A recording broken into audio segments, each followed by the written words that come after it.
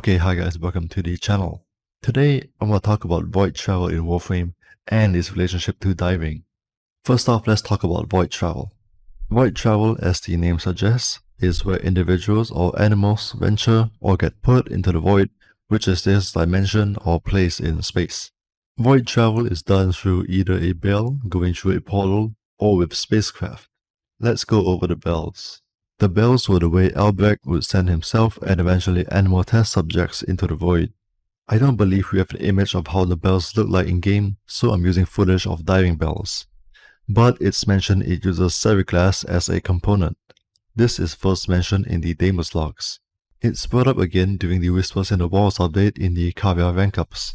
It's mentioned that the Caviar, animal test subjects, were sent into the void to see the effects it had on them. They all died until Albrecht decided to add uniqueness in the form of the last two Servilites, later known as Tagfer and Min, along with Bird-Tree and Fibonacci. While in the void, the bell was penetrated and void energy seeped in. This caused the Caviar to gain intelligence, which meant understanding and the ability to speak, at least in the void tongue. Fibonacci blew the seal and Min was lost to the void. When the Caviar returned, they were put in the care of Lloyd, who later put them to cryosleep to stave off their void exposure, which I'll go over later. In present time, the bell was used once more in Lloyd's attempt to cure the Caviar's void exposure.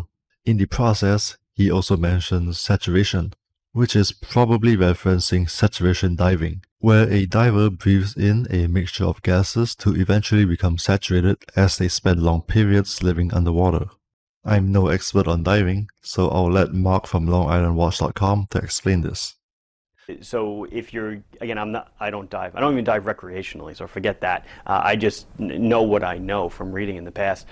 You go into this chamber and you're lowered under the water to whatever depth, and it gets pressurized, obviously, because you're going lower and lower, and pressure is pushing the water up into the bottom of the bell. So you're living in a pressurized environment, and that's like your home away from home, if you will. You store tools and stuff in there. The diving bell is filled with a special mixture that you're breathing, and what's happening is your body becomes saturated eventually with all these gases that normally in normal atmosphere don't get seeped into your tissue, but here, because you're breathing the gas, it starts to permeate your bloodstream and everything else, and it goes into your tissue, it's in your blood, it's everywhere, and eventually you become saturated. That's the term saturation diving, and you cannot become any more saturated with the gases, and it's fine to live like that. Now let's talk about void exposure. Void exposure is also, as the name suggests, being exposed to the void while traveling in it. The effects of void exposure include temporal misalignment, insanity as seen with the Xyman adults, and if you're exposed long enough or intense enough, you eventually die.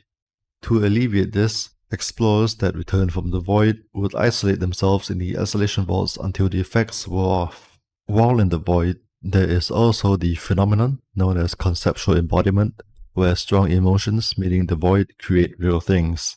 Eulevia Intradi wrote a book on regulating one's emotions during void travel to ensure safer travel called Tales of Duriri. During Chains of Harrow, Palladino also mentions deep pressure bands as a response to the loaders asking about void exposure. So both the isolation vaults and the mention of bends leads me to believe it's a reference or allegory to decompression sickness. I'll once again use Mark's video for his information on the subject. But the problem is that when the dive is over and you ascend to a lower pressure environment, meaning sea level, those gases now want to expand. And if they expand in your bloodstream or in your in your muscles, they bubble up, and that's called decompression sickness, or the bends. Deadly. People certainly die from it and get extremely sick from it, and that's why this decompression stops along the way to have the body come into equilibrium with its lower pressure surroundings.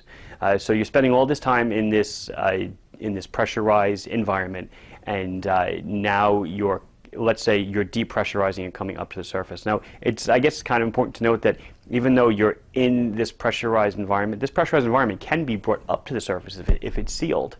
And you can live in this pressurized environment and then just go back down at a later date. As long as you never come into contact with the regular atmosphere, you'll be fine, because you're living in this kind of closed bubble, if you will, this closed environment. Anyway, So you start ascending, and that's where they make decompression stops to make sure that all the gases and crap can leave your body, in a safe manner. But now, what's happening to the watch on your? So that's pretty much the entire video. Digital Extremes uses diving as a reference for void travel. I guess since diving is a frame of reference, it's also no surprise there's an eldritch entity within as well. But if you're interested in watches, I do recommend checking out Mark's channel and storefront. I'm not sponsored, I just like what he's doing and I'm a fan of watches. I also have a buddy called Devon Animation who's releasing an indie roguelike game called Barrel Inferno, and it would be great if you guys checked it out and put it on your wishlist if you're interested.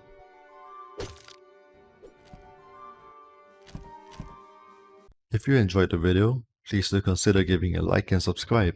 Thank you for watching.